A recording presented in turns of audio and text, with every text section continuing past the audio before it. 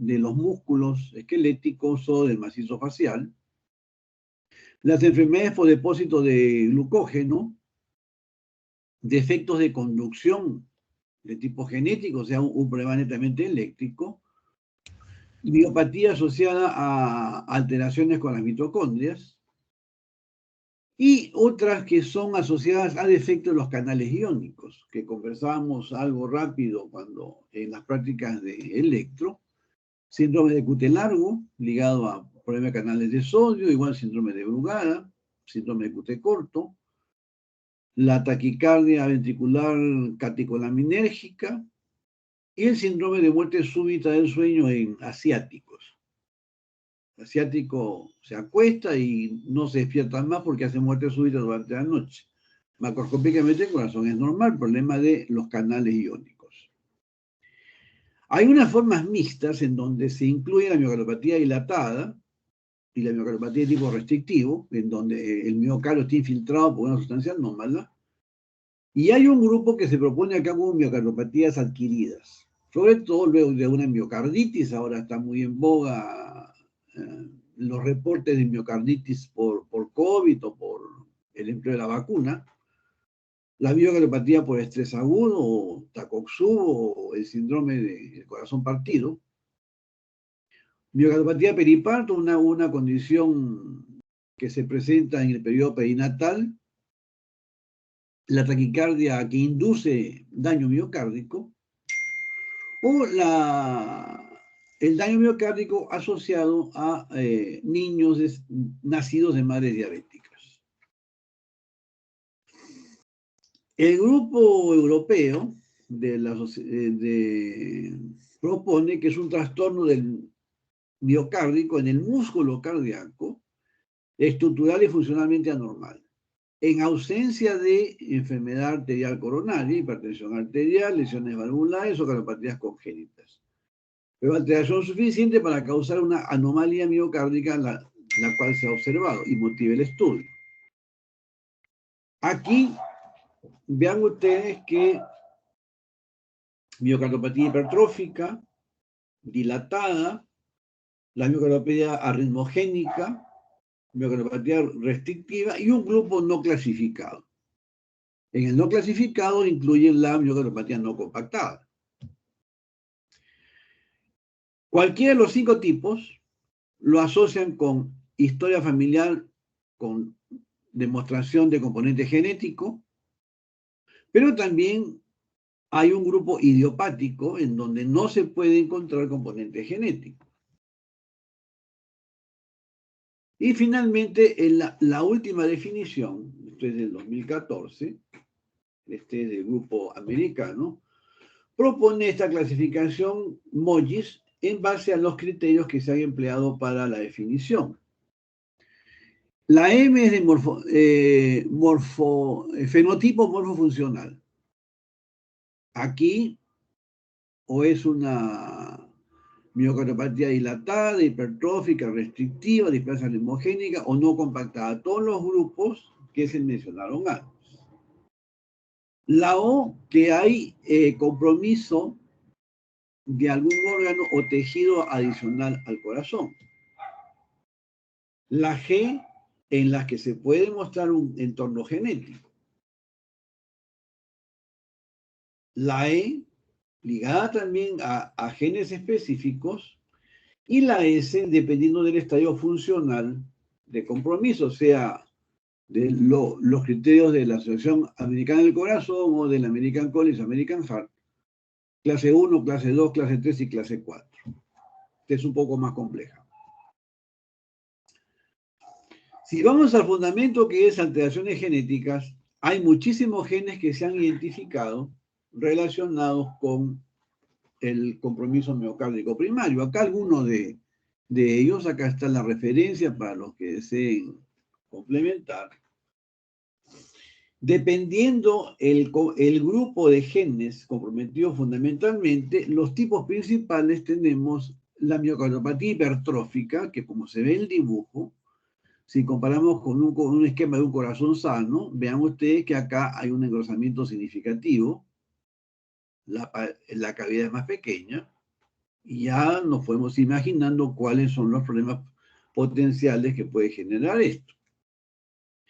El otro grupo o gran grupo es la miocardiopatía dilatada, y observen ustedes que a diferencia del corazón sano hay adelgazamiento de la pared y la cavidad se dilata, se hace esférica. Pero típicamente es muy diferente. Otro grupo principal, la displasia ritmogénica del ventrículo derecho o miocardiopatía ritmogénica, que cuando se describió inicialmente se reportó compromiso de pared libre y vía salida del ventrículo derecho, pero también se describe compromiso septal y de la pared inferior. Algunas etnias, como los europeos del norte o los asiáticos, tienen mayor frecuencia de este tipo de compromiso. Por supuesto que pueden haber infinidad de combinaciones dependiendo el tamizaje genético que cada persona tenga en individual. Entonces, tenemos cuatro tipos o tres tipos principales. Si empezamos a analizarlos en detalle, vamos a ampliar esto.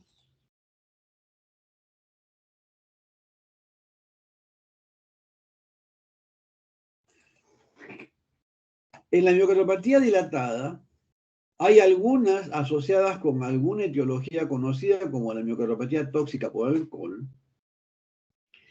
la dilatación inducida por descarga permanente de catecolaminas, la miocardiopatía periparto, la toxicidad por quimioterápicos para el cáncer, las asociadas a problemas endocrinos como por ejemplo el hipertiroidismo que da forma de miocardiopatía dilatada, y asociadas con disturbios genéticos que pueden incluir enfermedad coronaria o inducida por alguna de las llamadas sustancias recreativas por la taquicardia permanente que inducen. En la hipertrófica, el componente hereditario es lo más importante. Se confunde mucho con la cardiopatía hipertensiva por la morfología que el corazón tiene, pero el punto de corte es si la pared miocárdica mide más de 1.5 centímetros o 15 milímetros, apunta más a un problema genético que a un problema secundario de hipertensión arterial. Y finalmente las miocardiopatías restrictivas, en donde los tipos más frecuentes descritos, la amiloidosis, hay varios tipos de amiloidosis, por radiación, por cirugía a corazón abierto, diabetes, fibrosis miocárdica, enfermedad de Fabry, o sarcoidosis, una enfermedad granulomatosa. El siguiente punto, dicho que hay tres tipos principales, dilatada, hipertrófica y restrictiva, es semiológicamente qué característica tiene cada uno de estos escenarios. Me equivoqué, acá está. Entonces, en la dilatada, definitivamente el cuadro clínico es insuficiencia cardíaca, izquierda o biventricular.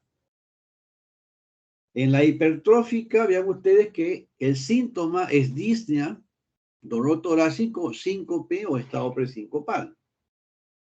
Y en la restrictiva, mayormente predominan los signos de insuficiencia cardíaca derecha, signos de hipertensión venosa sistémica. Entonces, dependiendo si tenemos falla cardíaca biventricular, dolor torácico, síncope o signos de falla derecha, si la sospecha es enfermedad miocárdica, podemos ir ya orientándonos a algún tipo en específico. No sé acá qué ha pasado. Se ha activado el texto. Ya. En el examen físico.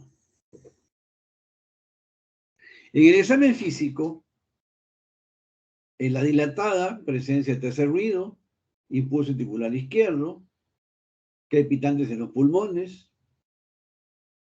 En la hipertrófica, mayormente puede haber un soplo sistólico, si es obstructivo. El pulso carotídeo tiene doble onda, ya hay frecuentemente cuarto ruido. Y en la restrictiva predominan los signos de hipertensión venosa sistémica. Ya mencionamos que acá el punto es que había con mucha frecuencia signos de insuficiencia cardíaca derecha. Si vamos ahora al punto más útil de diagnóstico a las herramientas diagnósticas que tenemos masivamente, el electrocardiograma y la radiografía de tórax.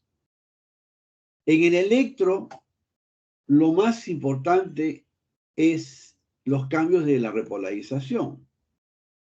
Cambios en el segmento ST, en la onda T, y trastornos de conducción, fundamentalmente prolongación del complejo QRS, trastorno de conducción intraventricular. Asimismo, las extrasístoles ventriculares son un punto importante a tener en cuenta. En la miocardiopatía hipertrófica, los signos de hipertrofia ventricular izquierda son los más notorios, pero la presencia de ondas Q anormales, que vamos a ver después los criterios, es la característica más llamativa. En la restrictiva, algo típico son los complejos de bajo voltaje, igualmente cambios de la repolarización y anomalías de conducción. Pero si hablamos de algo distintivo, trastornos de repolarización y prolongación del QRS en la dilatada, ondas Q anómalas en la hipertrófica y complejo de bajo voltaje en la restrictiva. Si hablamos de las características más llamativas de cada uno de estos tres tipos. En la radiografía de tórax, hemos conversado en la primera clase de que como cardiólogo yo tengo que ver la sombra cardíaca, tengo que ver el pulmón y tengo que ver los tejidos blandos. Lo que hay en el corazón, dependiendo la cavidad comprometida, definitivamente pues hay predominio de ventrículo derecho, ventrículo izquierdo, aurículas, etcétera, etcétera. En la dilatada, crecimiento de la cirugía cardíaca y congestión pulmonar. En la hipertrofia tenemos una cardiomegalia moderada y en la restrictiva el corazón usualmente es levemente dilatado, rara vez moderado. Y obviamente hipoflujo pulmonar por la congestión venosa sistémica ahí genera que haya disminución del flujo de sangre hacia el pulmón.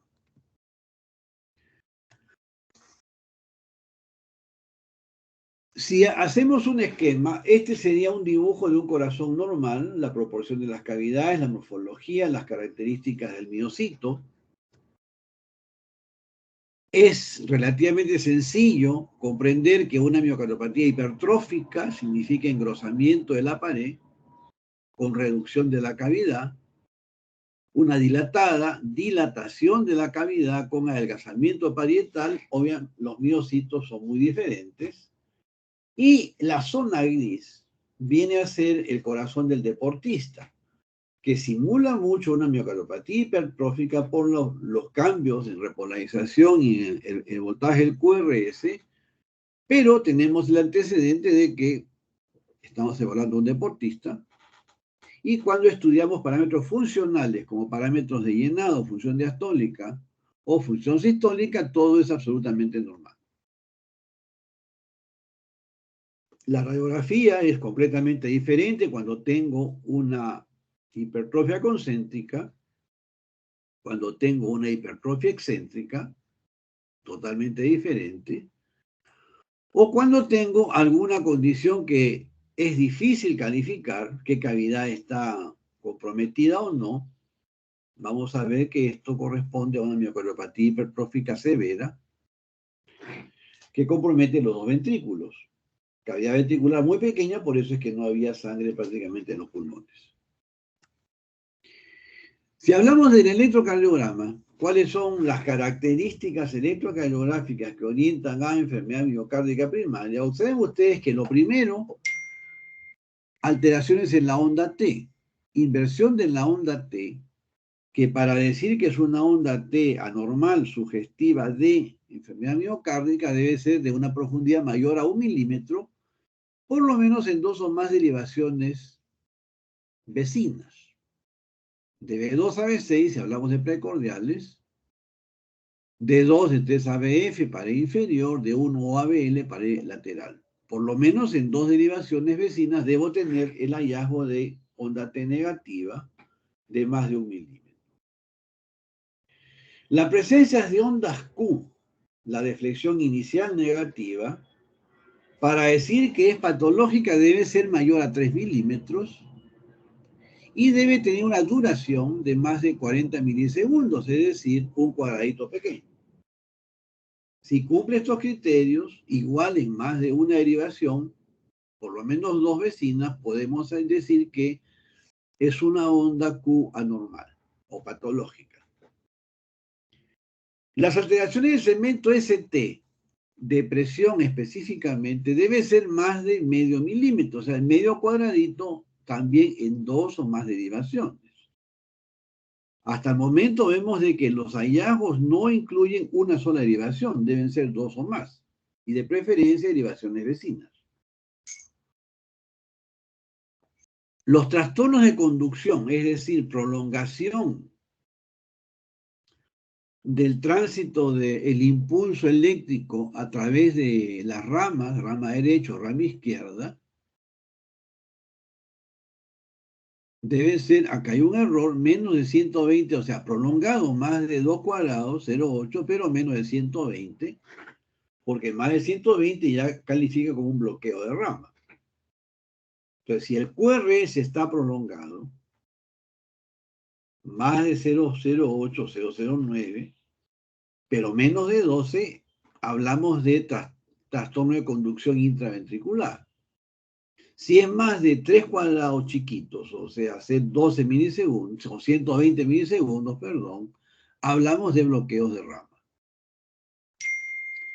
Y en donde se observa con mayor claridad es el de 1 a B, B5, B6, o B1, B2, B3 para la rama derecha. La prolongación del intervalo QT, esto es muy significativo, QT corregido. En las clases prácticas ya hemos comentado que hay que indexar la duración del intervalo QT a la frecuencia cardíaca. Hay diferencias entre el corazón del hombre y de las damas. Para el hombre, si el QT es más de 48 480 milisegundos, o sea, 0,48, o la mujer más de 0,47, califica como un QT prolongado que apunta hacia enfermedad miocárdica.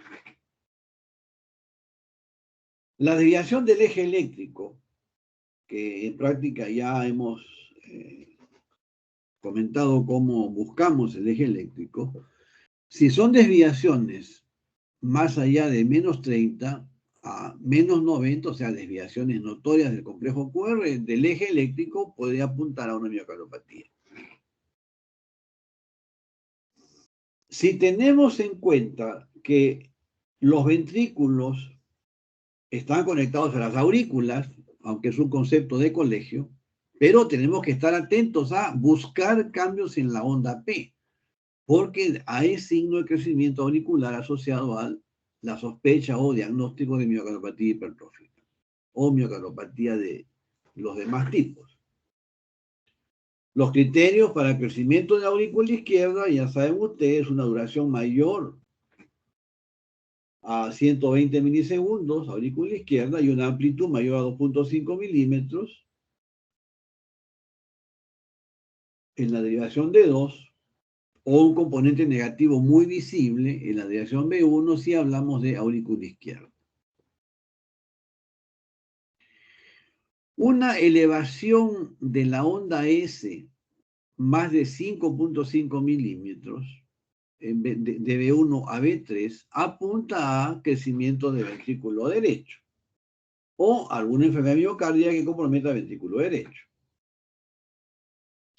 Las ondas épsilon, esto es específico de la displasia ritmogénica del ventrículo derecho, es una pequeña ondita, tenemos un ejemplo por ahí para mostrarles, pero esto es específico para miocardiopatía de ventrículo derecho, onda épsilon. La semiología, si hablamos algo más de la miocardiopatía arritmogénica o de ventrículo derecho, usualmente es muerte súbita en jóvenes. Miocardiopatías, el gran problema es muerte súbita. Finalmente, como un resumen, hay una tríada de Goldberger que definitivamente me hacen sospechar hipertrofia de ventrículo izquierdo. La primera es el conocido índice Sokolov. La S de B1 o la S de B2 más la R de B5 o B6 más de 35 milímetros, hipertrofia ventricular izquierda. La duración del complejo QRS mayor a 2 cuadraditos o 80 milisegundos,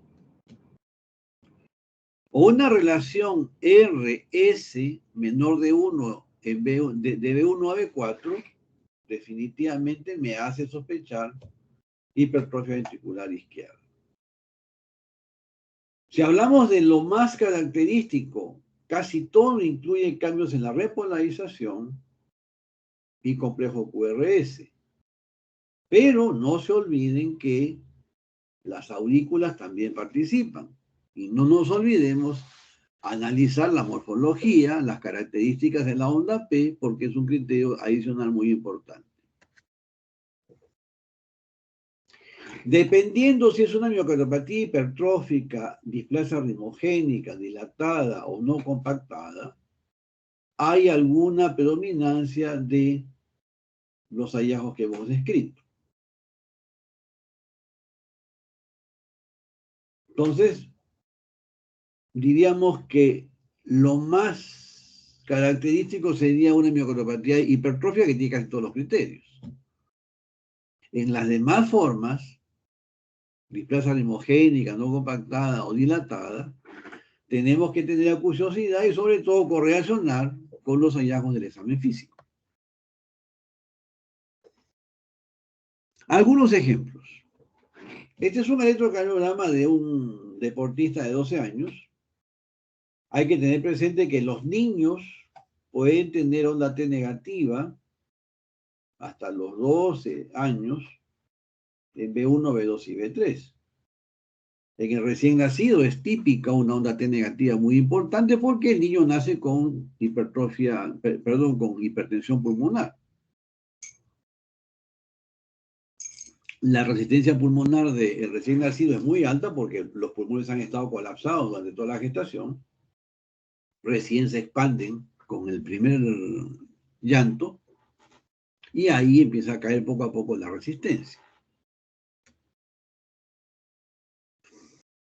Este es un deportista algo mayor, 17 años, raza negra, tiene como hallazgo sospechoso en la onda T negativa que cumpliría los criterios, pero vean ustedes de que los demás criterios, la onda P, duración del QRS, definitivamente son normales.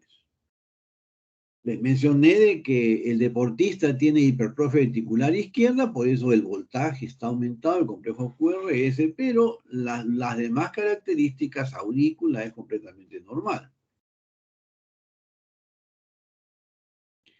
Muchas veces podemos tener casos como este es un deportista ya de 31 años, en donde hay prolongación del intervalo PR, persiste la onda T negativa, B1, B2, B3.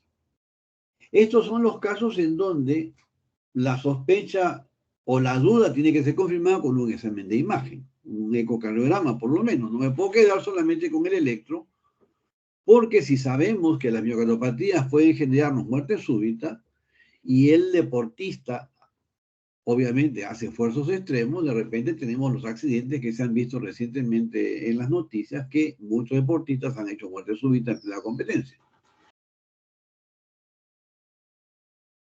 Este es un electro de una displasia ritmogénica de ventrículo derecho.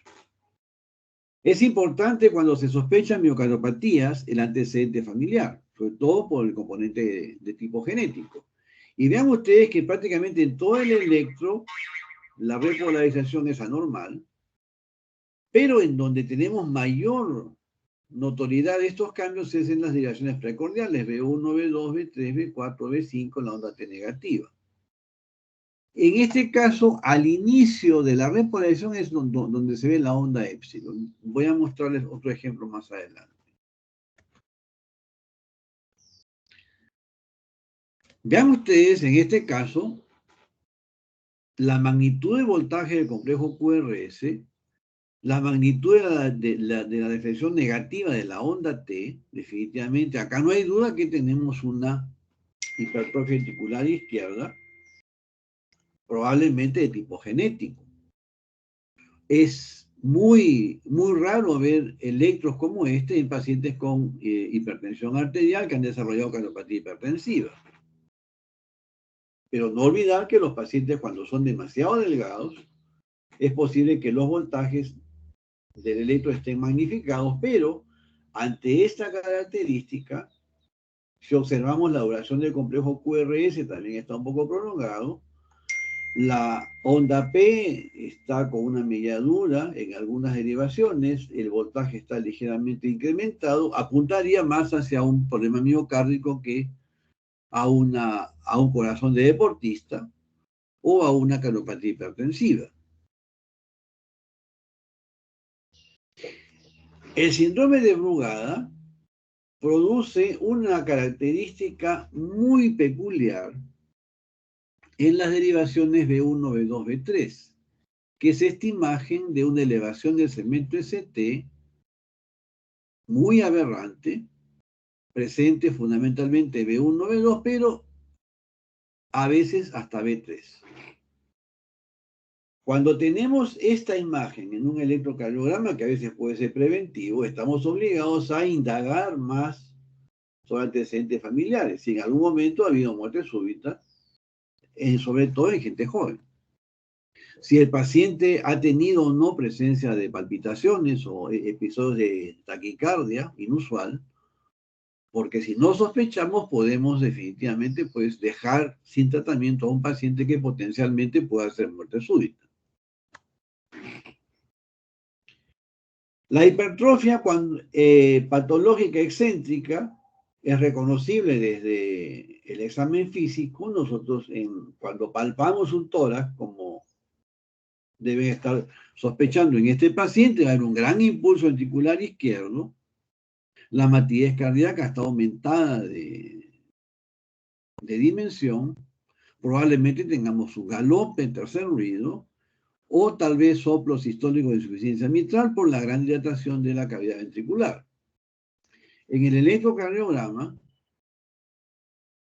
tenemos signos de aumento de voltaje, aunque no parece, pero como comentamos en práctica, deben estar atentos siempre al estándar. El estándar habitual es 10 milímetros, o sea, esta imagen, como un rectángulo incompleto, debe ser 10 milímetros. Aquí está la octava parte, aquí es la cuarta parte. Entonces, tener en mente que el voltaje es 4 veces más alto, en este caso es 8 veces más profundo. Si aumentamos a lo que debería estar a un solo estándar, definitivamente no hay duda que es un corazón pues, severamente dilatado con un notorio incremento de voltaje en complejo QRS. En este caso es una hipertrofia patológica por un paciente con insuficiencia aórtica. Las miocardiopatías dilatadas a veces se pueden confundir cuando hay una etiología demostrable, insuficiencia aórtica, conducto arterioso, insuficiencia mitral. La definición es en ausencia de, entonces este paciente calificaría como una miocardiopatía dilatada secundaria, no una miocardiopatía primaria.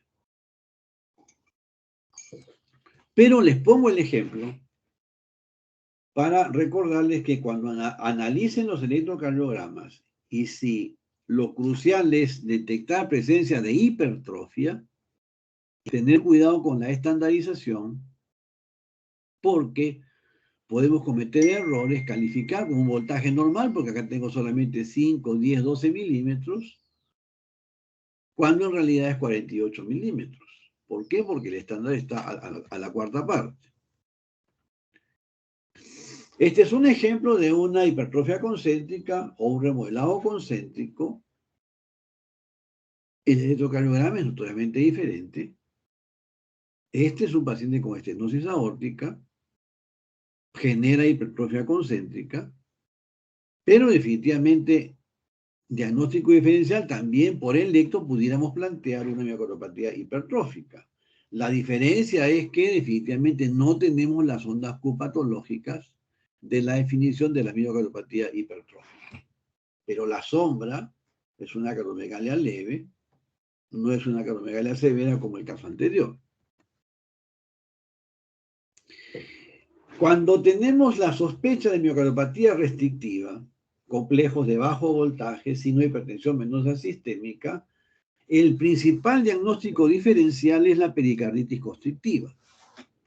Desde la historia ya podemos sospechar pericarditis constrictiva, antecedente de tuberculosis. Si el paciente con antecedente de tuberculosis tiene hipertensión venosa sistémica importante, puede ser copulmonar, pero tener en mente que puede ser de que tengamos una pericarditis constrictiva, como este caso, que el pericardio está notoriamente calcificado. Acá se puede ver la silueta del ventrículo derecho y más abajito la del ventrículo izquierdo. Acá la calcificación del subcuadro ventricular. Características radiológicas de una pericarditis constrictiva. Semiológicamente producen signos de hipertensión venosa sistémica, igual que la miocardiopatía restrictiva. No olviden, diagnóstico diferencial principal de miocardiopatía restrictiva, la presencia de pericarditis constrictiva. En la constrictiva, vean ustedes que hay alteraciones de repolarización difusas en todo el electro, los complejos son de muy bajo voltaje, la onda P acuminada simétrica, crecimiento de aurícula derecha. Aquí definitivamente el diagnóstico está basado en el antecedente, puede ser por tuberculosis, puede ser que el paciente haya tenido algún procedimiento a corazón abierto, por cirugía cardíaca, está descrito problemas de pericardio que pueden ir a formas crónicas, si el paciente ha recibido o no radiación por terapia de cáncer, siempre hay un antecedente importante demostrable. Este es un caso de un paciente de 22 años de edad que ingresa a la emergencia con historia de arritmia, una fibrilación auricular con respuesta ventricular alta. Esto es lo que la famosa FARVA, que la van a ver pues todos los días que hagan emergencia, se van a encontrar con estas siglas. Pero este es válido mientras la respuesta ventricular esté alta, si no solamente es una fibrilación auricular. Este paciente ingresa con una fibrilación auricular con compromiso hemodinámico porque tuvo síncope, tuvo falla cardíaca. Ayer conversamos en la práctica sobre cómo reconocer cuando una arritmia tiene repercusión hemodinámica y de las 3 preguntas, dolor torácico, disnea o síncope, este paciente tenía 2 respuestas positivas. Entonces, sí o sí, tratamiento de emergencia, cardioversión eléctrica. Pero cuando el paciente se recupera, vean ustedes que el electro es notoriamente anormal. Vean la duración del complejo QRS. Nuevamente, vean el estándar en cuanto está. Estos complejos no entran en el papel. La repolarización es totalmente anómala. Hay un desnivel que en este caso es un desnivel de casi más de 4 o 5 milímetros. Onda Q. No hay duda que es un electro anormal. En el siguiente examen, que es la radiografía de tórax, lo que les comenté, vean ustedes que es una silueta cardíaca que sugiere un crecimiento de ventrículo izquierdo por la forma del arco inferior izquierdo. Probablemente el ventrículo derecho porque la punta se ve levantada. Pero la gran duda es que el borde derecho no está prominente como esperaría para un ventrículo derecho. Se insinúa como un doble contorno de aurícula izquierda, que por la sospecha de ventrículo izquierdo debe verse. La arteria pulmonar está recta, las ramas casi no se ven, pero preocupa, si hacemos un acercamiento, que en el pulmón prácticamente no hay vasculatura. Y es una radiografía con una penetración adecuada. Vean ustedes que no se ve la columna para decir de que la oligoemia es porque la radiografía está con demasiado kilovoltaje, pero aquí lo anormal es la silueta. Me preocupa el aspecto del pulmón, que no hay sangre, y preocupa más que los tejidos blandos prácticamente no existen. Cuando yo hablo de tejido blando es la sombra de los tejidos que están después de la costilla. Vean que no se ve prácticamente nada. Es un paciente que ponderalmente está pues muy venido a menos, muy delgado, frente a que estamos. No hay duda que es una enfermedad severa porque por la alteración de la silueta. El compromiso en el pulmón o es por hipertensión pulmonar, estadio avanzado de enfermedad, o es por hipoflujo de alguna causa. Y el trastorno hemodinámico que hay ha generado un estado hipercatabólico. El siguiente paso es el diagnóstico por imagen. Y vean ustedes en el ecocardiograma la severa hipertrofia concéntrica del ventrículo izquierdo, y el ventrículo derecho casi no existe la cavidad, muy pequeña, por eso es de que en el pulmón no hay prácticamente sangre. Este es un caso de una miocardopatía hipertrófica muy raro que compromete tanto ventrículo izquierdo como ventrículo derecho. En otros países a esto se le hace un tamizaje genético. Probablemente los marcadores demostrables van a calificar a alto riesgo de muerte súbita. El paciente tenía antecedentes de muerte súbita en la familia. 4 personas de la familia murieron a edad temprana. Pronóstico muy sombrío, 22 años, debuta con arritmia, con síncope, pronóstico bastante sombrío. Vean ustedes lo pequeño que es la cavidad del ventrículo derecho, la severidad del engrosamiento del ventrículo izquierdo. Y aunque parezca mentira, la aurícula no está severamente dilatada, pero sí las venas pulmonares bastante visibles, lo que indican que a pesar de que no hay mucho volumen, la presión de la aurícula izquierda está aumentada. Este es otro caso, este es un paciente de 67 años, evaluado por disnea de esfuerzo, ¿se acuerdan? El segundo tipo de la miocardopatía hipertrófica. Electrocardiograma sugestivo de hipertrofia ventricular izquierda, pero cuando hacemos la imagen, vean ustedes que el septum está muy grueso y la pared posterior no está de la misma magnitud. Los músculos papilares están desplazados anteriormente. Esta es una miocardopatía hipertrófica no obstructiva porque no hay obstrucción en la vía de salida del ventrículo izquierdo. En estos casos puede haber también obstrucción a nivel medio ventricular, como se ve acá, parcialmente en sístole, casi desaparece la cavidad ventricular izquierda. Esta es una miocardopatía hipertrófica. En el electrocardiograma habían ondas Q patológicas.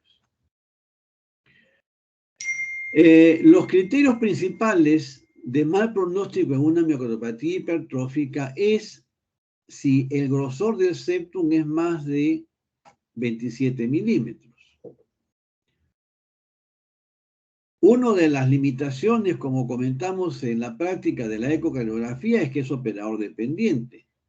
Si la medida no se hace bien, como este caso, que el operador midió 45, pero después corrige y es 37, igual el riesgo es muy alto, pero es muy diferente un septum de 45 que un septum de 37. Aquí se incluyó erróneamente el músculo papilar de la tricúspide o el aparato subauricular tricúspide. De todas maneras, cuando tenemos una diferencia significativa entre algún segmento del ventrículo con otro, apunta más a una miocardopatía hipertrófica. Los segmentos comprometidos varían según el tipo de enfermedad miocárdica hipertrófica que el paciente tenga. Hay formas que comprometen el septum. Hemos visto una forma que compromete todo. Hay formas que comprometen mayormente el ápex. Es bastante variable la presencia de hipertrofia. Lo característico es que es una cavidad pequeña. El aumento de masa miocárdica en presencia de 2 arterias coronarias genera pues desbalance oferta-demanda y eso produce dolor precordial, característica de la miocardopatía hipertrófica, ¿no?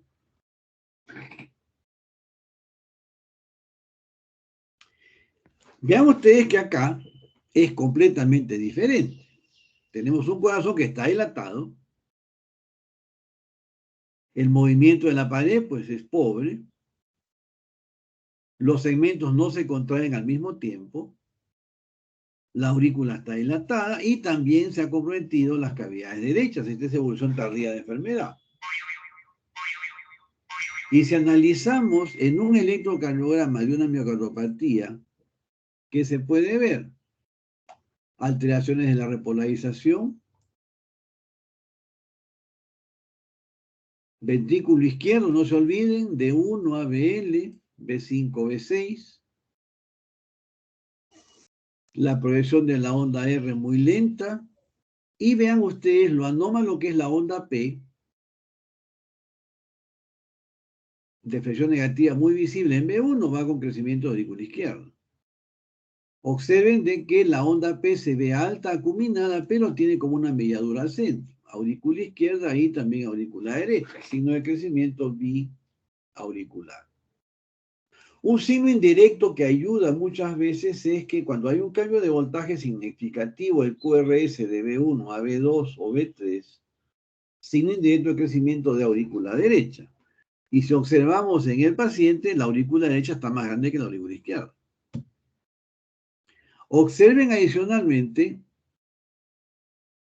yo sé que es muy difícil cuando el ojo no es experto reconocer que hay zonas que se contraen después que otras en este ventrículo, pero cuando en el electrocardiograma vemos que la duración del QRS está prolongada, esto significa que tenemos asincronía, es decir, segmentos que se contraen en diferente tiempo dentro de la cavidad ventricular izquierda. Eso genera una caída de la eficiencia mecánica del ventrículo izquierdo.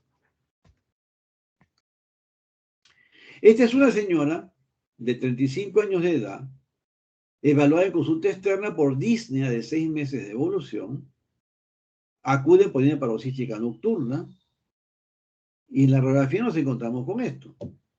Es una cardiomegalia, diríamos, leve para moeda, un índice cardíaco de 0,51, 0,52. Tenemos signos de hipertensión venocapilar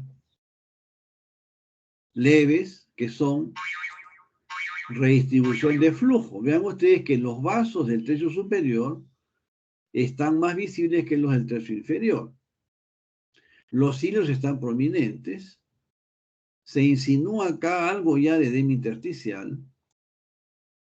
Haciendo esfuerzo aún no se ven las líneas B de Kerley, pero esta característica de que los vasos del tercio superior son más visibles que el tercio inferior es lo que se llama redistribución de flujo o cefalización del flujo, o, si hablamos en términos fisiopatológicos, hipertensión venocapilar de grado leve. Si le ponemos un número, presión capilar entre 18 a 20 milímetros de mercurio.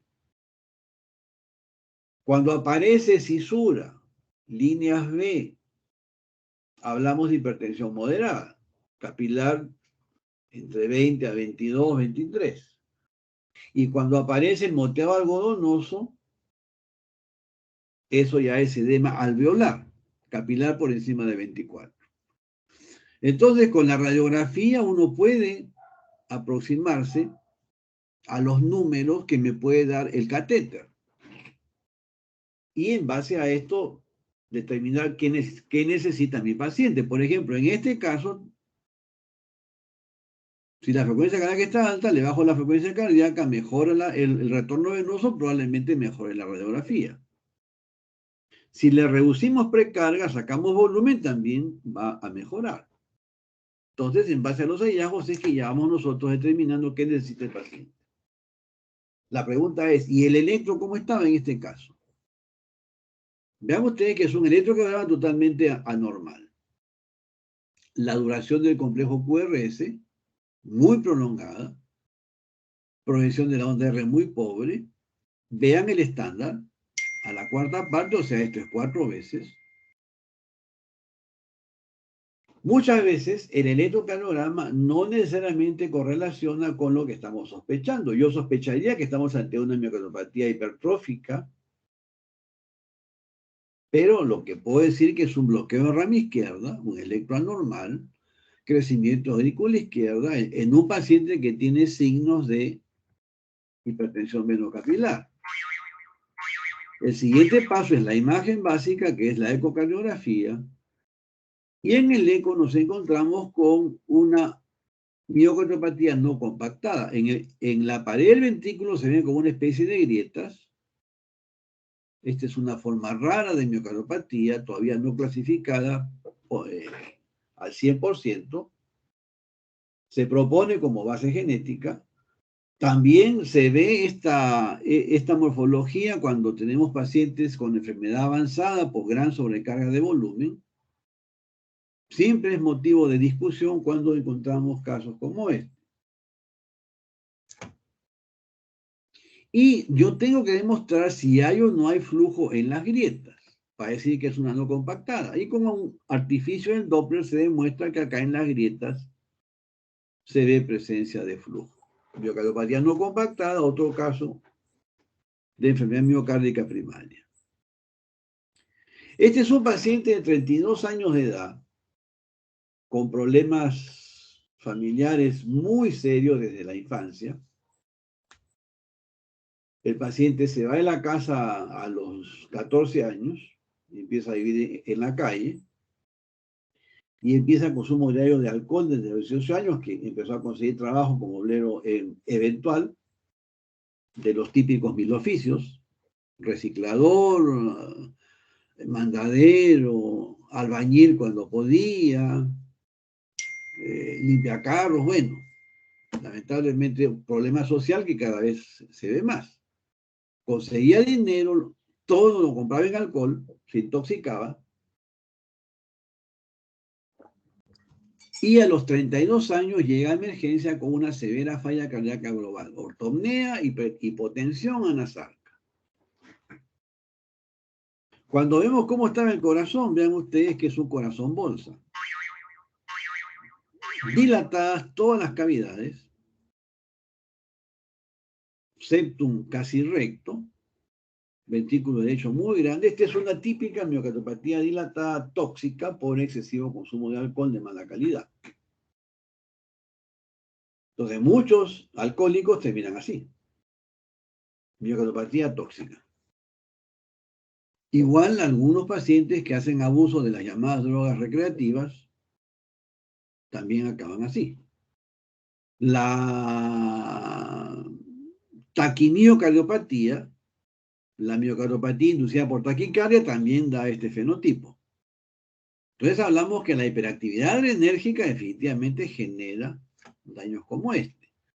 Muchos pacientes que han tenido tratamientos oncológicos también pueden terminar con patrones de miocardiopatía dilatada.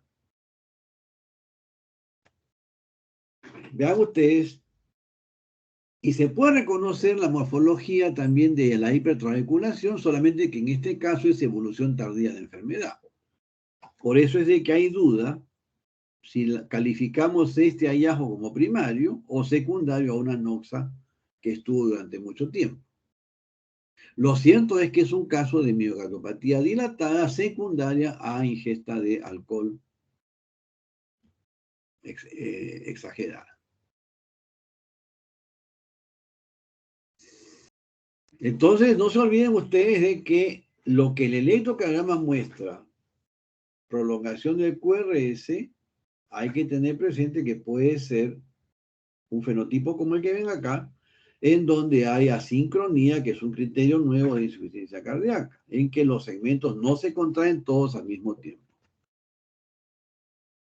Otro caso interesante, este es un caso que lo vimos con el doctor Abuataz, maestro de todos nosotros. Al momento tiene 96 años y dejó de trabajar cuando empezó la pandemia. Es un ejemplo de vida. Tuve la suerte de trabajar con él desde el año 2000. Un paciente de 65 años de edad, disnea, fatiga, palpitaciones, arritmia ventricular frecuente en un estudio Holter de 24 horas. Si les pido que analicen la radiografía, ustedes, lo más llamativo, lo van a ver en el pulmón, que no tiene sangre prácticamente. En los tejidos blandos, que prácticamente no existen. Y la silueta no se puede decir que sea la gran cardiomegalia, es una cardiomegalia leve, como se mencionó en el cuadro ese de las características diagnósticas. Este paciente tenía signos de hipertensión venosa sistémica. Ven ustedes que acá se ve muy bonita en la sombra de la vena cava superior. Tenía edemas. En el electrocardiograma, muy llamativo los complejos de muy bajo voltaje en derivaciones periféricas. Prácticamente presencia de onda de flexión negativa prominente en D1, en ABL, en B5 y B6. Esto es típico del crecimiento ventricular derecho. A pesar que las precordiales también tienen una presión de R muy pobre. Este caso sospechamos primero cardiopatía isquémica. Es un paciente de mucho poder económico. Los lípidos estaban limítrofes, glucosa normal. De todas maneras, lo primero se sospechó enfermedad coronaria por la repolarización. Cuando hicimos el ecocardiograma ya me preocupa porque vimos que la pared del miocardio estaba con una textura aumentada, hiperrefringente. Las aurículas, las dos muy grandes, ventrículo derecho grande. Esto definitivamente la primera sospecha fue enfermedad miocárdica primaria. Se empezó a buscar causa de enfermedad miocárdica, no se encontró ninguna. Se acordó que teníamos que hacer un examen, bueno, el cateterismo no mostró enfermedad coronaria. Se hizo una biopsia endomiocárdica, en esa época no había todavía las técnicas de imagen que hay ahora de resonancia magnética con los software más nuevos que en una imagen me dan el diagnóstico. Y lo que se encontró, es una biopsia de miocardio con microscopía electrónica. Observen ustedes el aspecto de los miocitos. Y entre los miocitos, ven ustedes que hay estas imágenes de infiltración de una sustancia anómala que fue amiloide. Vean ustedes, a más aumento, acá están los miocitos. Y entre los miocitos, el amiloide. Este fue una amiloidosis cardíaca. Hoy día se han descrito varios tipos de amiloidosis. Uno de los tipos de amiloidosis, la ATTR, ya tiene un tratamiento específico que mejora el pronóstico de 6 meses de vida a 6 años. Pero el costo es altísimo. Muy bien, este es un caso que lo presentamos en el exterior. Esto fue en Orlando, un caso de insuficiencia cardíaca derecha. Es un paciente varón de 55 años de edad, sin antecedentes clínicos, trabaja como agricultor. La traducción no está del todo bien, esto lo he traducido del trabajo original. Evaluó el sala de emergencias, refirió una disminución progresiva de tolerancia al ejercicio, edema, nasarca, disnea, que ya es ortopnea, dolor abdominal en hipocondrio derecho, anorexia y finalmente dolor torácico atípico. Presión arterial 100/70, 65 latidos por minuto, respiratoria 16, saturación 91, un poco baja, anasarca, derrame pleural bilateral, ruidos cardíacos rítmicos, uso prosistólico 1 a 2/6 en área tricuspidia, hepatomegalia dolorosa a 8 centímetros debajo del reborde costal derecho. Esta es la radiografía de tórax. Si la pregunta es sugestivo de crecimiento, ¿de qué cavidad es? Muy difícil, ¿no? Hay algo característico que es esta imagen que parece una carpa, que frecuentemente va con pericardio, pero no se puede ser concluyente. Aparentemente tenemos un derrame pleural derecho, un derrame pleural izquierdo. Se podría plantear de repente una policerositis. Derrame pleural, aparente derrame pericárdico, no se descarta presencia de ascitis y oligoemia pulmonar, la sombra de la vena cava, hipertensión venosa sistémica. Seguimos avanzando. En el electrocardiograma, si hay algo llamativo es la repolarización anómala en B1, B2, B3 hasta B4. En el monitor cardíaco se observó arritmia frecuente, normal extrasístole, extrasístole, extrasístole, algunas algo precoces cerca de la onda T que hemos mencionado que son las peligrosas. El QT está un poquito prolongado, 0,44, 0,45. Y en el ecocardiograma, lo que llamó la atención era la dilatación del ventrículo derecho. Casi no se mueve el ventrículo derecho, vean ustedes. Si comparan el movimiento de la pared del ventrículo izquierdo, el septum, la pared posterior, el ventrículo derecho no se mueve. Está adelgazado. Y si hacemos un aumento, ojalá que salga el cuadro donde se ve la característica, se ve una imagen como hiperrefringente en la pared. Cuando se ve en tiempo real, como una hiperrefringencia de la pared. Bueno, acá en el modo M se ve pues mucho mejor y muy brillante la pared del ventrículo derecho, algo llamativo. El problema, ¿dónde está? Está al lado derecho, está al lado izquierdo. Si vemos nuevamente el electrocardiograma y hacemos un aumento,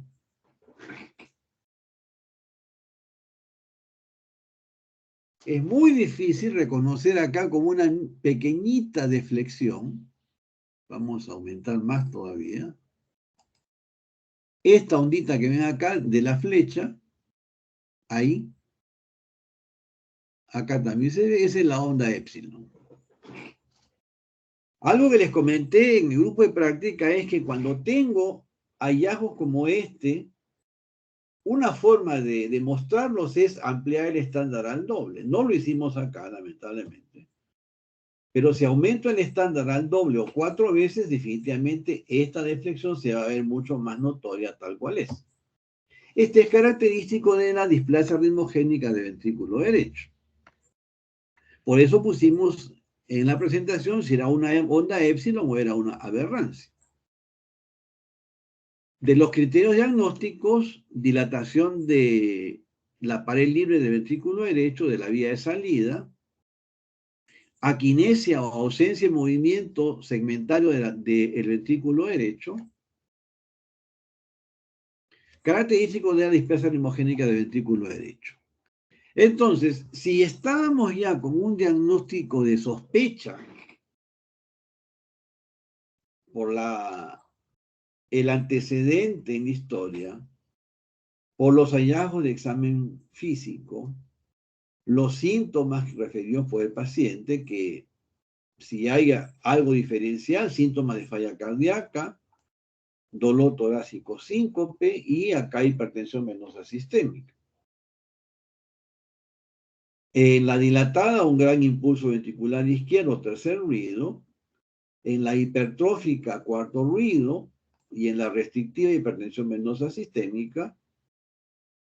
En el electro, los signos de hipertrofia y cambios de la repolarización notorios. En la hipertrófica, las ondas Q anómalas.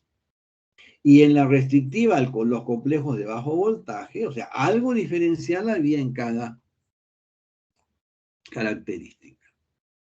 Las técnicas de imagen definitivamente son las que nos dan la pauta diagnóstica en este grupo de enfermedades. Lo básico es el ecocardiograma y en base a los hallazgos de eco yo ya sé, estamos con dilatada, hipertrófico, sospecha restrictiva. La dilatada, obviamente, corazón, la pared adelgazada, que no se contrae bien, la hipertrófica, engrosamiento segmentario, y en la restrictiva, la hiperrefringencia de la pared y el crecimiento de las cavidades derechas.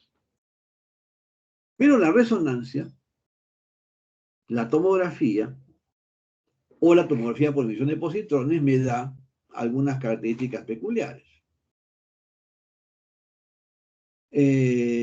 Si hay alguna característica importante que aporta cada técnica, el eco me da el patrón morfológico. Si yo sospecho que hay defectos de perfusión, porque no se olviden ustedes que cambios del ST y la onda T, siempre pensar isquemia, la medicina nuclear me descarta o no la presencia de isquemia. Si yo tengo dudas de la textura o de la característica tisular del miocardio, la resonancia caracteriza el tejido. Si yo tengo duda si hay o no una cicatriz, la tomografía por emisión de positrones muestra consumo de glucosa, y si hay consumo de glucosa es músculo que está vivo, que no es una cicatriz. La tomografía cardíaca me muestra la presencia de calcio en los trayectos coronarios y apuntamos más a enfermedad coronaria. Entonces, si hablamos de miocardio, la resonancia magnética es la herramienta diagnóstica más importante. Entonces, la resonancia magnética en enfermedad miocárdica me diferencia patrones isquémicos, suendocárdico, transmural o un patrón mixto cuando no funcionó adecuadamente ni la trombolisis ni la angioplastía. O sea, acá fenómeno de no reflujo.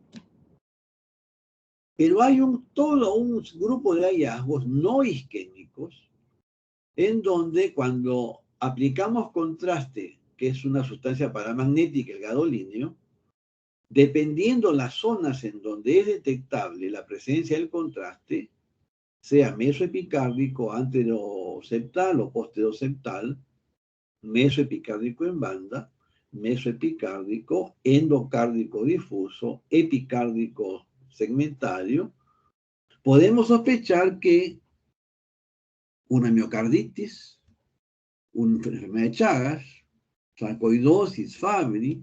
Entonces, si hay una herramienta que es de un rol crucial para el diagnóstico de cardiomiopatías, que incluso me puede decir el tipo, la resonancia magnética. La tecnología avanza y ahora la resonancia tiene diferentes tipos de secuencias de imagen, como se llama esto, este software, que me puede decir si el miocardio es normal, si hay fibrosis difusa, si hay infiltración intersticial o si hay depósitos focales de tejido fibrótico. La resonancia lo que hace es somete a los tejidos a un campo magnético. El campo magnético hace que vibren los átomos de hidrógeno y esa vibración es captada por una antena. La antena lleva la información a una computadora y el software procesa la información y da estas imágenes de colores. Dependiendo la velocidad con que vibran los tejidos, yo puedo decir si es grasa o infiltración lipomatosa. Puedo decir si es depósito de hierro o Fabry. Esto lo da en colores, ¿no? Entonces ven ustedes que los colores todos son diferentes. Tenemos depósito de hierro, Fabry, si es normal o no, si es o no una hipertrofia patológica, si es una inflamación miocárdica, o si es necrosis o infiltración por amiloide. Entonces, esta herramienta definitivamente me dice específicamente qué tipo de miocardio estamos estudiando. Obviamente, para llegar a una resonancia, yo tengo que hacer todo el trabajo, primero antecedentes, examen físico, técnica de electrocardiografía, radiografía, imagen básica, y en base a eso, el siguiente paso es la resonancia. Yo no puedo ir de frente a una resonancia. Por supuesto que si hay el equipo y hay para asumir el costo, más de uno de frente se va a resonancia, pero cuando llegue el informe no voy a entender lo que me dicen porque no sé lo que iba a buscar. Por ejemplo, si pensamos en Chagas, yo tendría que hacer todo un diagnóstico epidemiológico. El paciente viene de una zona endémica de Chagas, el paciente ha tenido una miocarditis aguda o no, el paciente tiene o no arritmias, tiene o no trastorno de conducción, En el eco hay alteraciones segmentarias de la pared y ya la sospecha de Chagas cada vez es más alta. Entonces, cada técnica tiene su momento preciso. Ahora, dependiendo de los tipos de compromiso, tenemos diferentes patrones de imagen. Y ven ustedes que la misma amiloidosis AL o la ATTR tienen un patrón diferente. Si bien es cierto, con las secuencias, algunas son muy similares, por ejemplo, estas dos son bastante similares, salvo esta sombrita acá, que bueno, que puede pasar desapercibida. Pero con esta secuencia ven ustedes que ya la presencia de estos tonos medios violáceos en mayor cantidad que en esta secuencia es mucho más llamativo. En esta secuencia ven ustedes que la infiltración o el cambio difuso es muy diferente que en este caso. Estos son diferentes secuencias de imagen que me permiten caracterizar el tejido. Muy bien. Entonces, después de haber hecho el diagnóstico de imagen, viene el examen final, que es el cateterismo cardíaco, si es necesario. Como quiera que por los cambios en repolarización siempre está presente la sospecha de enfermedad vascular coronaria, el cateterismo cardíaco es importante.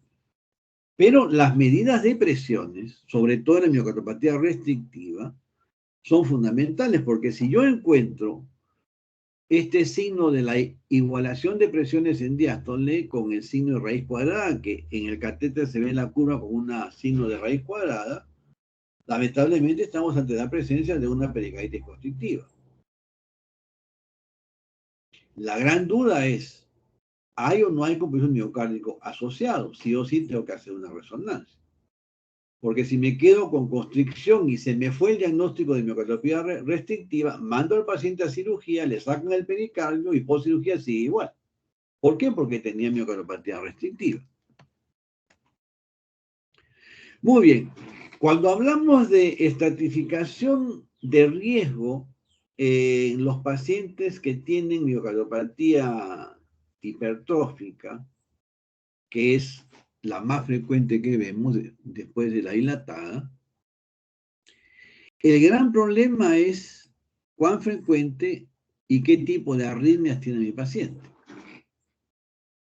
Porque dependiendo de las características del miocardio, la presencia de fibrosis focal, la severidad de la hipertrofia, la posibilidad que el paciente desarrolle arritmias malignas es alta.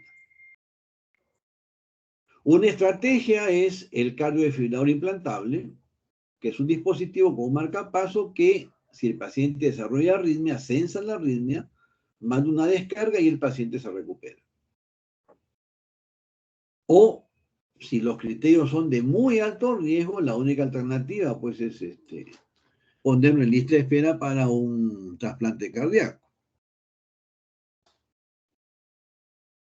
Entonces, cuando hablamos de miocardiopatías, lamentablemente el riesgo de muerte súbita siempre está presente. Y las estrategias, primero, medidas preventivas, evitar estímulo adrenérgico. Lo segundo, limitar ejercicio físico extremo. El paciente puede hacer deporte recreativo, pero no hacer pues deporte de competencia. Si el Holter muestra arritmia compleja, el paciente califica para un cardiodefibrilador. Y si a pesar de eso hay un compromiso hemodinámico inmanejable, severa falla cardíaca, severa falla derecha, considerar trasplante cardíaco. Un grupo de compromiso miocárdico relativamente frecuente, pero que si no se sospecha, no se diagnostica, son las miocarditis. Y muchos pacientes que hacen enfermedades virales, mayormente respiratorias, pueden hacer episodios de miocarditis que pasan desapercibidos. Algunos de ellos desarrollan clínica parecida a un síndrome coronario agudo, dolor torácico agudo. Otro grupo desarrollan insuficiencia cardíaca, pero de una aparición reciente sin enfermedad conocida. Son pacientes que no tenía factores de riesgo, que no nació con soplo, que no tiene lesión valvular, de repente se aparece con una falla cardíaca. ¿Y de dónde? Y en poco tiempo, 2 a 3 semanas. O pacientes con síntomas de falla cardíaca de más de 3 meses de evolución, pero no tienen ningún antecedente. En estos casos tenemos que tener en mente la posibilidad que ha habido miocarditis. Entonces, en la historia tenemos que preguntar por síndromes febriles que han generado caída de la capacidad funcional, frecuentemente de vía respiratoria alta, por tracto digestivo, y hacer todo un tamizaje diagnóstico de laboratorio, serología viral, serología para Chagas, para toxoplasma, porque más de una vez encontramos pues, que el paciente ha tenido miocarditis. Entonces, el diagnóstico de miocarditis, si no se sospecha, no se llega a diagnosticar y mucho menos a intentar algún tratamiento, que básicamente es el tratamiento de falla cardíaca. Esta es una forma de miocarditis, la miocardiopatía por estrés agudo o Takotsubo.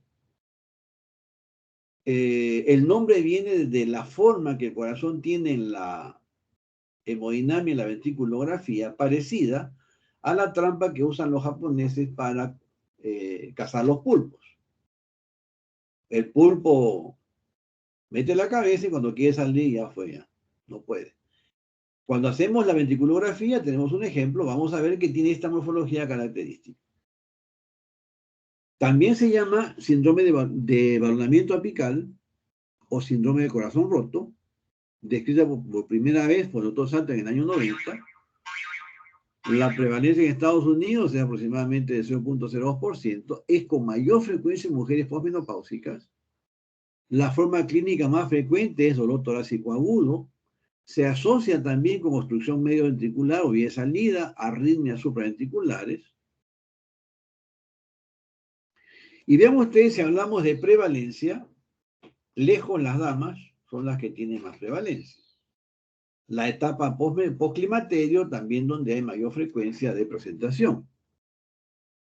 Tiene que haber un estrés psicosocial desencadenante, condiciones psicosociales como trastornos afectivos, postraumáticas, mala adaptación al estrés, aumento de secreción de catecolaminas, de cortisol, estrés crónico, y esto gatilla una hipersecreción de catecolaminas que genera el daño del miocardio. En el electrocardiograma, el hallazgo característico que lo ven aquí, este es un caso, por ejemplo, una señora de 68 años de edad, con disnea progresiva de 2 días de evolución, posterior a ello, dolor precordial opresivo y radio a cuello, típico de enfermedad coronaria, por la edad, primera sospecha, asociado a manifestaciones vegetativas, riesgo, aparentemente sin un factor físico o psíquico asociado. Los antecedentes fueron no contributorios, pero la severidad del trastorno, vean ustedes, D1 ABL, B5, B6 circunfleja, B2, B3, B4 descendente anterior, D2, D3 ABF, coronaria derecha, entonces todos los 3 territorios comprometidos. Algo que nos hace sospechar coronario, el QT prolongado, el síntoma, dolor, la característica irradiado al cuello, opresivo. No hay duda que la primera sospecha es enfermedad coronaria. Hicimos el eco y en el eco vean ustedes que no se mueve la mitad superior del corazón y tiene la morfología del balonamiento medio apical, como la trampa de los pulpos. Pero yo no podía descartar una lesión proximal de arteria descendente anterior. En una paciente que puede tener una oclusión crónica de coronaria derecha y por eso, por colaterales, la descendente le estaba dando todo. Entonces, cateterismo cardíaco. En la angiografía, vean ustedes que los vasos están patentes, pero están adelgazados por el espasmo severo que se asocia en estos casos. Pero vean la coronada derecha, muy bonita, se ve todo el territorio. La izquierda, descendente anterior, circunflejas, todo se ve muy bonito. Y cuando se dice la ventriculografía, el típico balonamiento apical o la forma de la trampa de los pulpos, ¿no? Síndrome de Takotsubo. O cardiomiopatía por estrés agudo. Esto se hizo a las 8 horas del ingreso. Este es un estudio hecho en el hospital. A las 48 horas, vean ustedes que la paciente está asintomática, pero el electro está notoriamente peor. Incluso una prolongación del intervalo QT, pero terrible. El gran riesgo de esto son arritmias ventriculares por prolongación del intervalo QT. Entonces, mucho cuidado con el medio interno, potasio, magnesio, cloro, cómo está el lactato, cómo está la ventilación, porque un trastorno en medio interno me puede generar una arritmia ventricular en este escenario. Cuando hacemos el ecocardiograma una semana después, vean ustedes cómo ha mejorado, notoriamente. Aunque el Takotsubo se describe como una condición relativamente benigna, reversible, hay casos que tienen mortalidad. Sobre todo cuando se asocia obstrucción de la vía de salida en la fase aguda. Hay casos reportados de trombosis o trombo en el ápex, porque el ápex no se mueve en la fase aguda. O hemos tenido en el hospital un caso de rotura apical, que obviamente el paciente falleció. Hablando de casos agudos, esta es una paciente de 37 años de edad. Ingresa a un procedimiento laparoscópico de vías biliares. No tenía antecedentes de enfermedad cardíaca, no tenía factores de riesgo, es un poquito robusta, un poquito gordita la señora. El examen preoperatorio calificó riesgo quirúrgico de grado 1, o sea, corazón normal. Durante el procedimiento quirúrgico presenta taquicardia, hipotensión refractaria y caída severa de la saturación de oxígeno, que no había cómo mejorar. El cirujano abortó el procedimiento. Estaban en una clínica privada, externa, un caso de muy bajo riesgo. La paciente llega al hospital y en el hospital llega con esta radiografía. La forma preocupa, redondo el corazón. Podríamos plantear crecimiento biventricular, aurícula derecha. El pulmón, vean ustedes que se ve inclusive broncograma aéreo. Si esto hubiese sido durante la pandemia, le he puesto COVID. Esto fue mucho antes de la pandemia. Entonces, pregunta de examen. ¿Cómo califica usted la radiografía de tórax? ¿Hay hipertensión venocapilar? ¿Compromiso parenquimal? Ambos, ninguno de los anteriores, o una respuesta tipo lápiz. Llamen al radiólogo, ¿no? O sea, mejor yo no veo, pregúntenle al otro. Esta morfología radiológica en este escenario sugiere lo que se llama distrés respiratorio del adulto asociado a sepsis. Cuando se manipulan vías biliares puede haber lo que se llama translocación bacteriana, una invasión masiva de bacterias, y puede haber una reacción inflamatoria sistémica severísima y ocasionar lo que estamos viendo aquí. La paciente, ventilación mecánica, soporte inotrópico porque está con una hipotensión refractaria. En el electrocardiograma, vean ustedes que prácticamente hay un desnivel positivo del segmento ST en todo el electro, como sugiriendo un síndrome coronario agudo. No cambió en toda la evolución. Cuando hicimos el ecocardiograma, vean ustedes que prácticamente no se mueve nada en la zona medio apical. Se pensó Takotsubo, pero lo que llamó la atención fue el grosor parietal y el electro que era completamente normal al ingreso. Entonces se planteó que esto era edema, no teníamos desafortunadamente resonancia. Si hubiésemos hecho acá una resonancia, seguramente se detectaba edema miocárdico masivo o generalizado, característico de una miocarditis. El caso tuvo un desenlace fatal. Había compromiso funcional del ventrículo derecho, había formación de trombos en el ápex. Este fue un examen de seguimiento. Muy bien, entonces con esto terminamos. Esto fue cuando presentamos en Orlando, en 2007, un caso de Takotsu en una señora psiquiátrica adulta.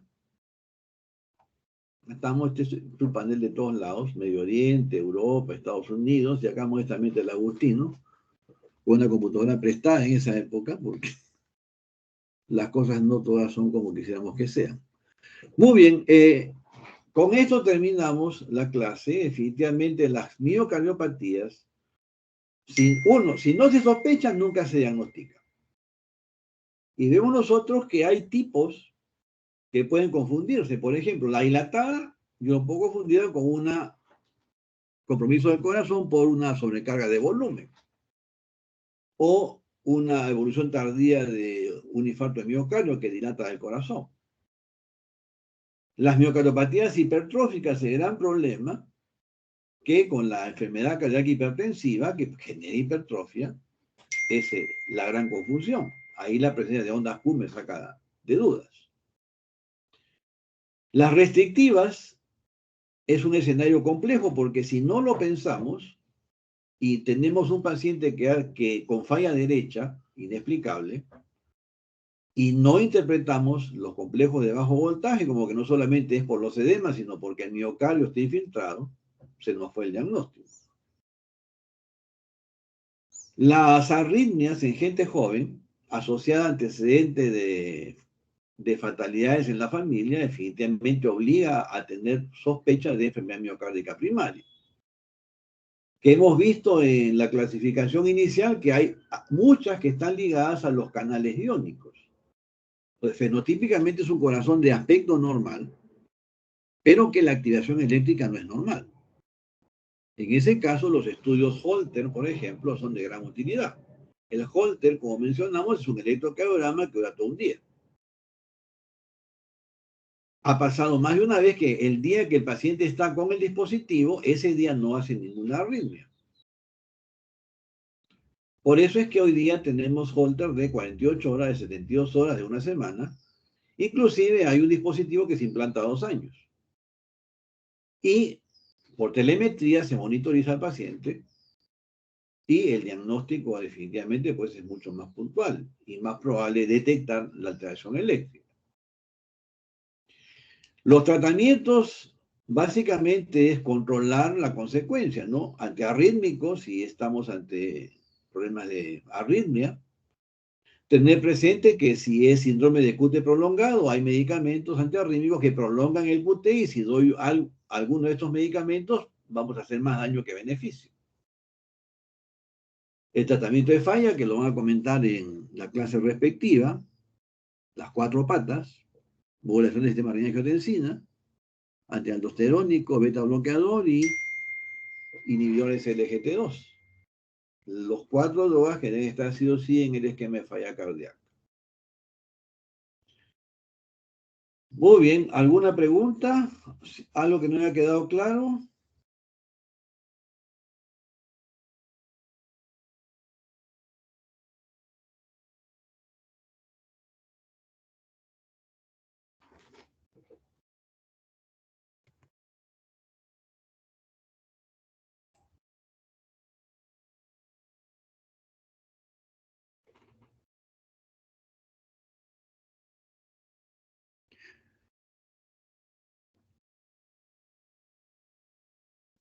Bien, algo que... Un complemento, un momentito.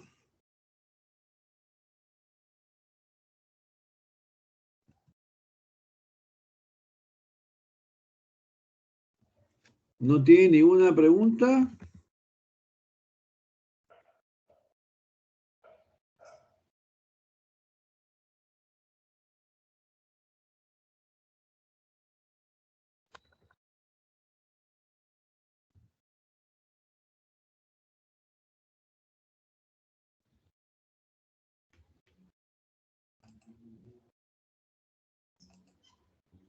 ¿Me escuchan o no me escuchan?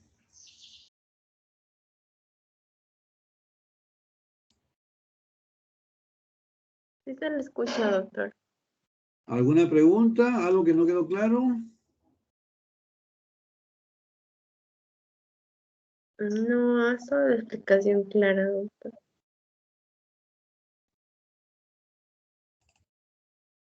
Bueno, acá les voy a presentar, por ejemplo, lo que es un holter. No sé si en clase ya les han comentado del holter. En práctica sí hablamos, pero en los pacientes con enfermedades miocárdicas, el holter es una herramienta sumamente útil si hablamos de procedimientos diagnósticos. Si ustedes recuerdan cuántos latidos hay en un electrocardiograma, 20, 30, no hay más. Y vean ustedes que en un holter, 90.182 latidos. O sea, si hay algo que ver, y yo comparo 20 latidos contra 90.182, en el procedimiento que ve los 90.000, probablemente se vea lo que el paciente tiene. Pero no siempre ocurre o tenemos la posibilidad de verlo. Por ejemplo, esta es una tira, se trabaja con 3 canales. Vemos acá los 3 fenómenos eléctricos. Vemos la onda P, el QRS y la onda T. No son normales. Es una paciente hipertensa que tiene hipertrofia ventricular izquierda. Pero la historia era que la paciente hacía episodios como de que la hija me refirió que la mamá se iba. Qué raro. Y que cuando se iba tenía la presión en más de 200. Y dije, bueno, encefalopatía hipertensiva. Pero resulta que cuando la señora tenía eso, ocurría este problema, que la frecuencia cardíaca caía dramáticamente a menos de 22 latidos por minuto. El Holter incluso me dice a qué hora fue el problema, la fecha, 27 latidos por minuto. Entonces, y la pregunta obvia, y vean ustedes, acá está la tira larga, y si yo veo que hay algo que llama la atención, que la máquina le cambia el color, se amplía y hacemos el diagnóstico. Un latido anómalo es tardío, o sea, no es de riesgo, pero vean ustedes que tenemos la posibilidad de ampliar cualquier evento que me llame la atención. Entonces, en los pacientes con miocardiopatías, sobre todo las que son la miocardiopatía ritmogénica, cuando sospecho yo patología de canales, paciente, por ejemplo, que de repente viene con la historia que ha hecho un síncope mientras juega pelota. Puede ser que de repente el chico salió sin desayuno o está emocionado porque es el partido, que iba a ir todo el barrio a verlo y de la emoción se privó. Bueno, pero ¿cómo sabemos que no es una especie ritmogénica, que no es un Brugada, que no es un Cuten largo? El Holter me puede decir lo que pasó. Pero es posible que el día que está con el equipo no tengamos ningún evento. Por eso es que los equipos ahora son de 48, de 72, de una semana o hasta de 3 meses. Eso con el estudio Holter. Después un escenario que ligado a miocardio, que es importante, porque muchos de ustedes van a ser internistas, es el aspecto de oncología. Un ratito.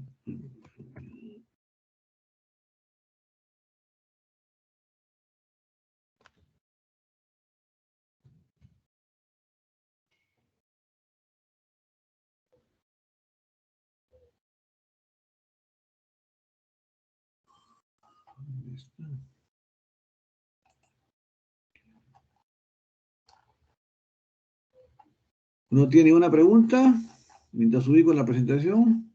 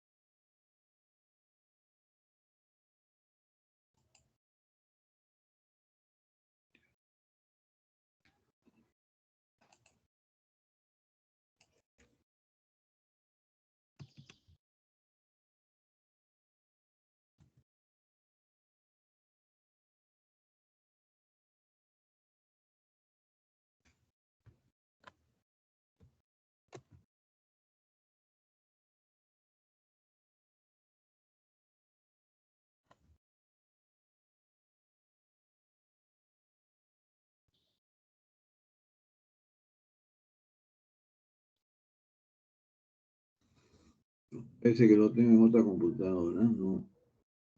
Un momento.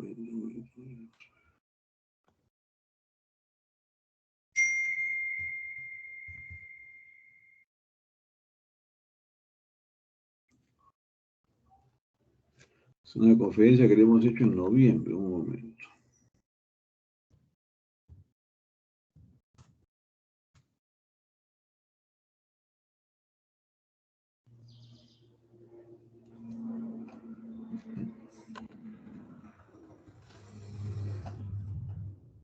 Algo pasó que no aparece.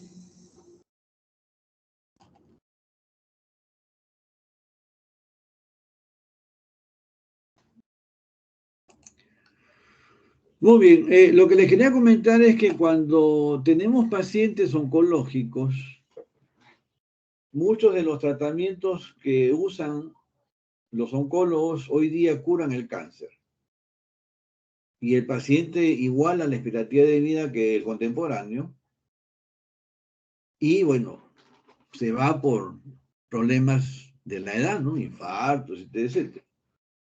Pero hay un grupo, afortunadamente cada vez menos frecuente, que desarrollan daño miocárdico como consecuencia de la toxicidad del cáncer, del tratamiento oncológico. Y les comenté que una de las etiologías asociadas a enfermedad miocárdica era la toxicidad medicamentosa.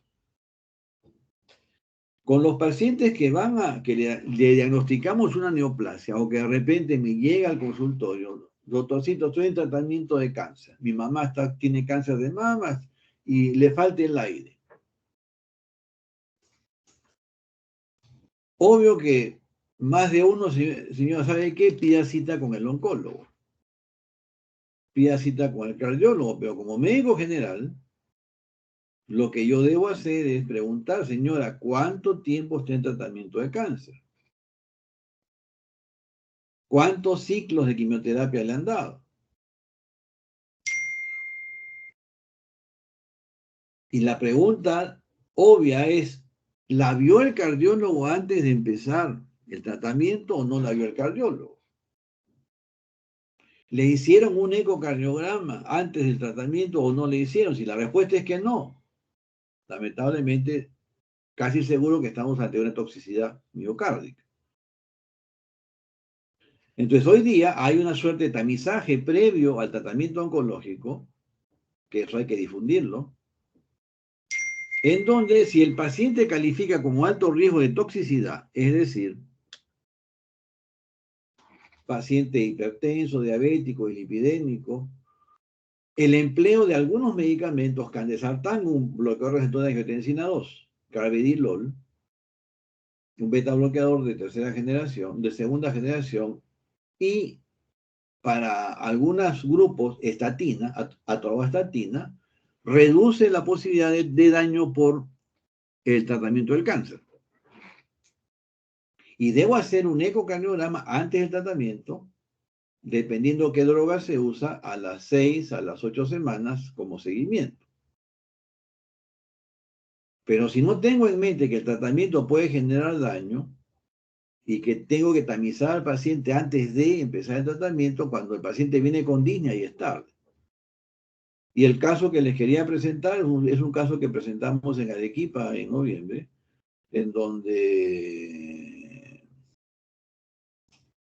el paciente llega con falla cardíaca y el eco mostró un severo daño ventricular. Y cuando empezamos a preguntar, era segundo tratamiento que la paciente recibía. Había recibido un primer tratamiento, terminó, la enfermedad lamentablemente no se controló, le ofrecen un segundo tratamiento, y a la mitad del segundo tratamiento que hizo falla cardíaca, recién la mandaron a cardiología. Ahora, no sé, no puedo ser concluyente si a la paciente se le hizo la referencia y la paciente no hizo caso, porque pasa más de una vez. Pero tener presente, sobre todo por la frecuencia que se está viendo de pacientes oncológicos, que lo vamos a ver en medicina interna, el médico general lo va a ver, tener en mente que el tratamiento es muy beneficioso, pero puede producir potencialmente algunos grupos terapéuticos daño miocárdico. Algunos irreversibles como las antraciclinas, otros reversibles como el trastuzumab. Pero si no tenemos en mente el tema toxicidad miocárdica, no vamos a evitar ese problema. Muy bien. ¿Alguna pregunta más o comentario?